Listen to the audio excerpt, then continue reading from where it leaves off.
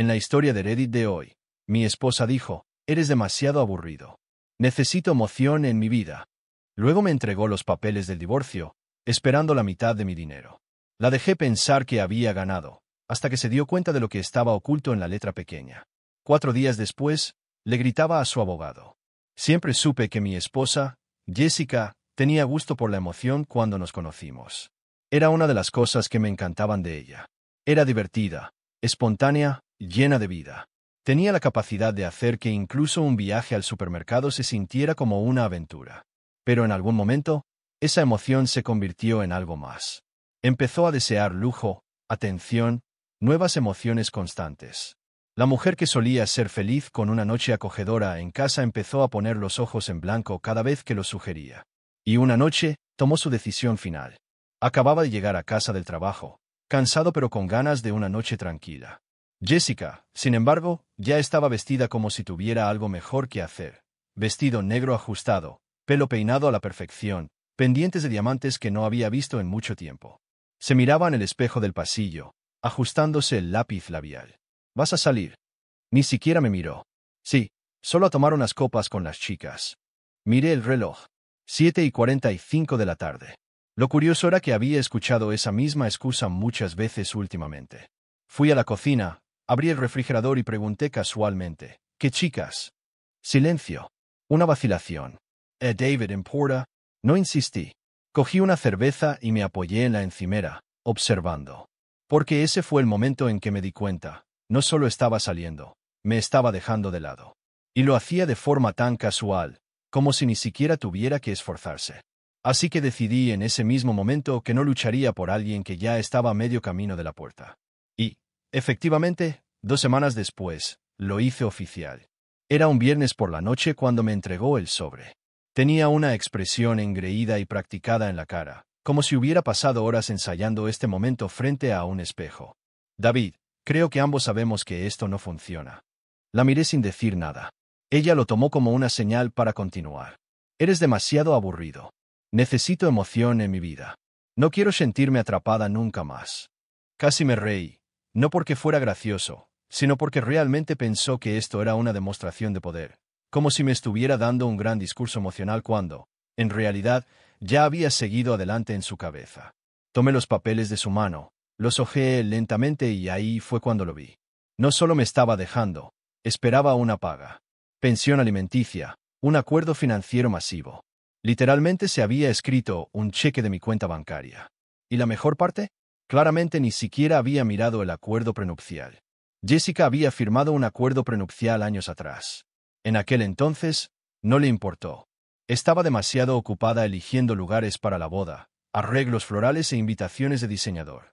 Recuerdo el momento exacto en que lo discutimos. Cariño, es solo una precaución. He trabajado demasiado duro para no proteger lo que he construido. David, vamos. No es como si nos fuéramos a divorciar. Apenas lo ojeó, ni siquiera leyó los detalles. Simplemente firmó su nombre como si nada, porque en su mente, nunca tendría que preocuparse por eso. Pero ahora, estaba a punto de lamentar esa confianza excesiva, más que nada en su vida. Cerré los papeles, levanté la vista y sonreí. Muy bien, Jessica. Ella parpadeó. ¿Tú quieres el divorcio? Bien. No te voy a pelear. Sus labios se curvaron en una pequeña sonrisa. Pensó que estaba siendo pasivo, débil, derrotado. No tenía ni idea. Coloqué los papeles en la encimera y asentí. Haré que mi abogado los revise. Lo arreglaremos todo. Ella se echó el pelo hacia atrás, ya gastando mentalmente el dinero que creía que iba a recibir. ¿Pías? Sabía que lo entenderías. Esto es lo mejor, David. Luego se marchó, probablemente pensando que había ganado. Y yo me quedé allí de pie, viéndola irse, porque en unos días iba a leer la letra pequeña, y esa sonrisa iba a borrarse de su rostro para siempre. Jessica siempre le gustó sentirse la persona más inteligente de la habitación. Pensaba que podía predecir cada movimiento antes de que sucediera. Por eso, después de entregarme los papeles del divorcio, ni siquiera se molestó en mirar atrás. Simplemente asumió que estaba derrotado, que sería otro exmarido predecible entregando un cheque mientras ella se marchaba a su nueva y emocionante vida. Así que la dejé creerlo.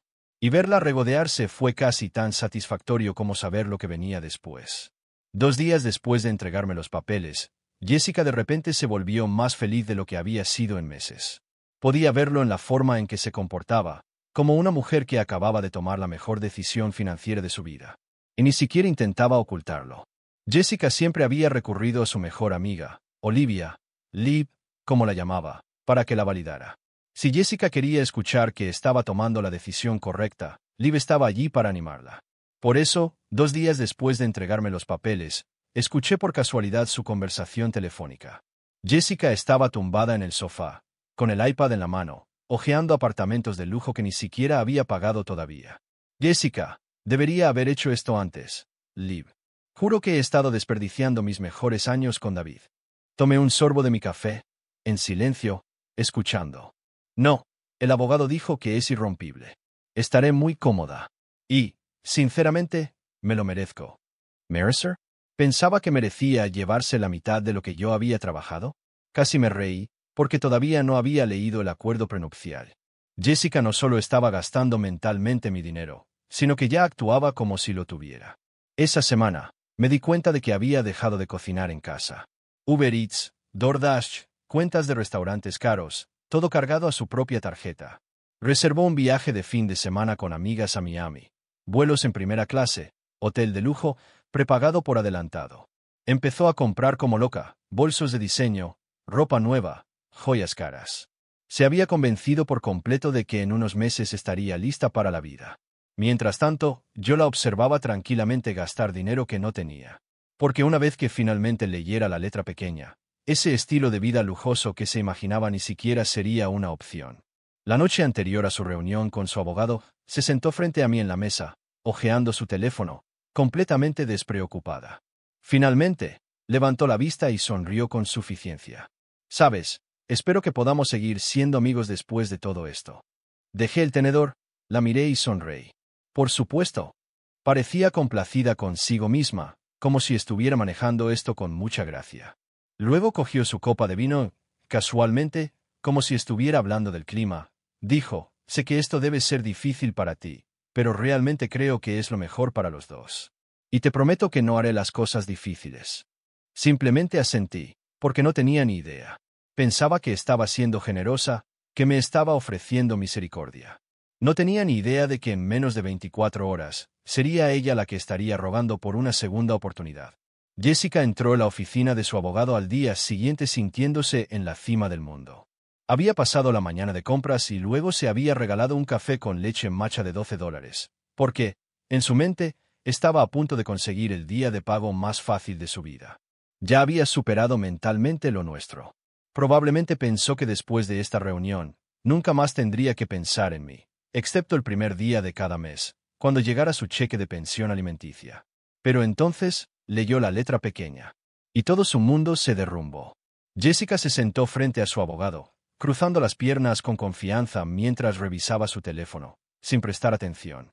El abogado, un hombre mayor con un traje gris impecable, hojeó el papeleo. Se aclaró la garganta. «Jessica, ¿has leído realmente este acuerdo prenupcial?» Apenas levantó la vista. «Oh, lo hojeé cuando nos casamos. Es lo habitual, ¿verdad?» Ajustó sus gafas. «No exactamente». Giró el papel hacia ella y señaló un párrafo cerca del final.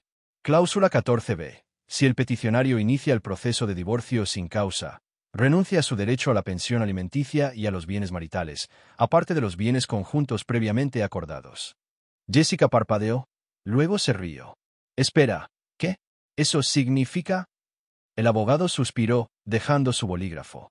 «Significa, Jessica, que si tú eres la que elige terminar el matrimonio por razones personales, ¿qué es lo que estás haciendo? No recibes pensión alimenticia y no recibes la mitad de los bienes de David.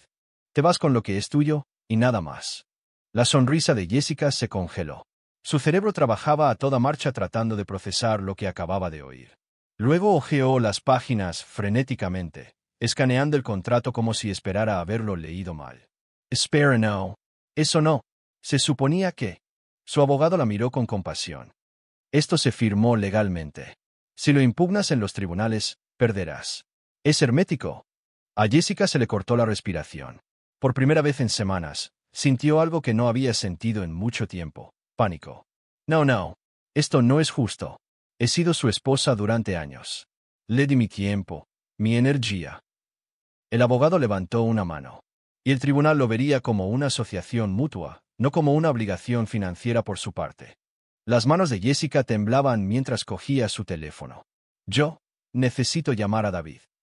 Te recomiendo encarecidamente que no lo hagas. No. Él no me haría esto. Pero yo había hecho exactamente eso. Y ahora se estaba derrumbando. Sus planes de apartamento de lujo, desaparecidos. Su viaje de chicas a Miami, sin posibilidad. Su visión de una vida tomando cócteles con mi dinero, destrozada. Y ni siquiera había tocado fondo todavía. Estaba en el trabajo cuando mi teléfono vibró. Jessica. Me quedé sentado viendo cómo sonaba.